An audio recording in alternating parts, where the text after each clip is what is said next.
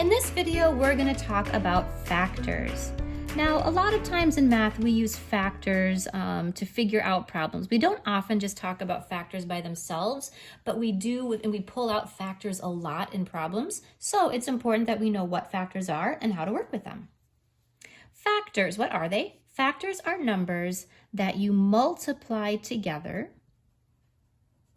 to get other numbers. So it's important when you hear the word factor, we're talking about multiplication. Let's take an example. This is just a basic math fact. 3 times 6 is 18. We know this. Let's talk about the vocabulary.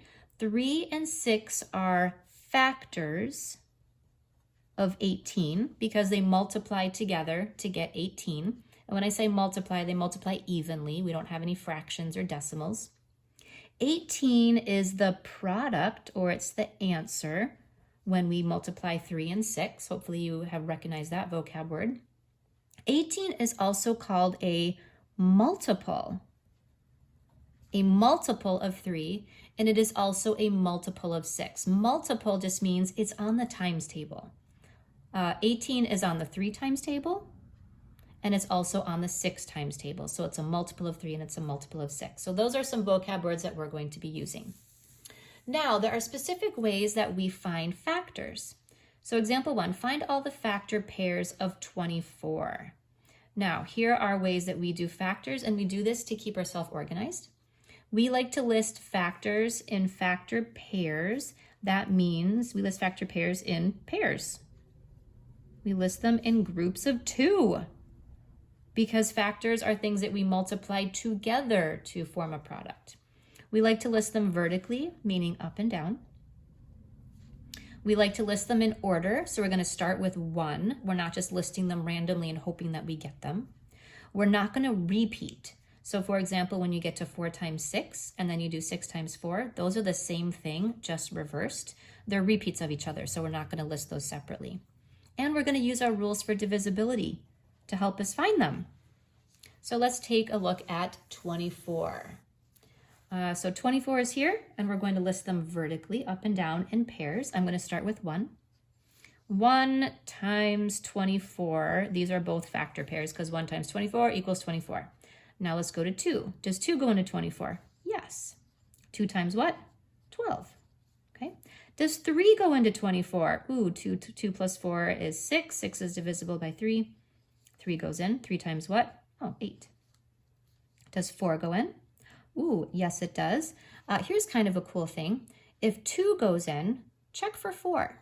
If the factor pair for 2 is even, like 12 is, that means 4 will go in. Because when I multiply this side by 2, I have to divide this side by 2, and I can only divide it by 2 if it's even. So if it's even, if it's 2, check for 4 if this one's even. So that's kind of a cool way math works. So 4 goes in, 4 times 6. Does 5 go in? Nope. Does 6 go in? Yes, but I've already started listing for 6. Once you start, once you get to this point here where you're starting to repeat, you can just stop because I've already checked for all the factor pairs and there's going to be no more that work, which is kind of cool. So here are all of our factor pairs. We have 1, 2, 3, 4 pairs. We have 8 different factors. If I want to make a list of them, the list is in order from least to greatest. This is when I can just list them in order like this with commas between them. So my list would be the factor pairs of 24 are 1, 2, 3, 4, 6, 8, 12, and 24. And notice they kind of make a U, don't they? Whoop. Like that. So here's how I would list 24 in pairs, and here's how I would list them just individually. It kind of depends on what the problem is asking you. Let's do one more example. How many factors of 100 are odd? Oh, well, this is a very different problem. Here's our hint. When problem solving, write out our thinking. Where would I start with this? Factors of 100. Well, I should probably start by listing out the factors of 100. So I'm going to do that the same way that I did for 24. Here's 100. I'm going to start with 1. 1 times 100 is a factor pair. Does 2 go in? Yep, 2 times 50. Does 3 go in? Ooh, 1 plus 0 is 1. 1 is not divisible by 3, so 3 does not go in. Does 4 go in? I'm going to take a look at my last two. 0, 0. Oh, yep, it does. 4 times 25, and I can also think about it in quarters. Does 5 go in? It ends in a 0, so 5 will go in. 5 times 20. Does 6 go in? Ooh, I don't know. Oh, but rules for divisibility. 6, 2, and the rule for 3 have to work. Well, 2 goes in, but 3 doesn't, so 6 won't go in. Rule for 7, oh, here's the thing. There's really no easy trick for 7. 7, we just have to figure out the long way. So I'm going to go ahead and do some quick long division. 7 goes into 10 3 times. I'm sorry, not 3 times. That was silly. 1 time. I get a remainder of 3. 7 goes into 30. Ooh, let's see. 4 times 28. I'm going to get a remainder. If I get a remainder, that means 7 is not divisible, or 7 won't go in evenly. So 7 doesn't work. 8.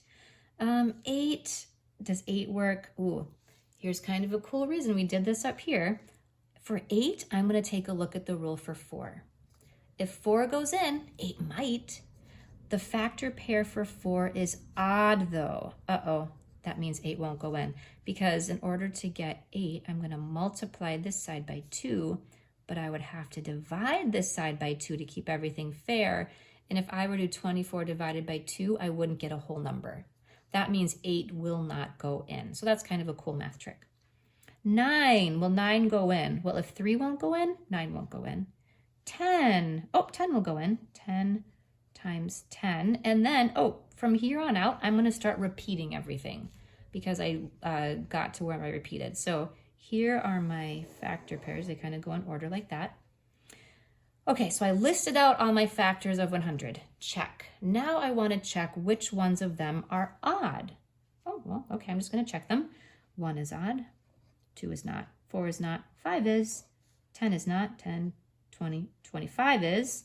50, and 100. So my odd factors are 1, 5, and 25.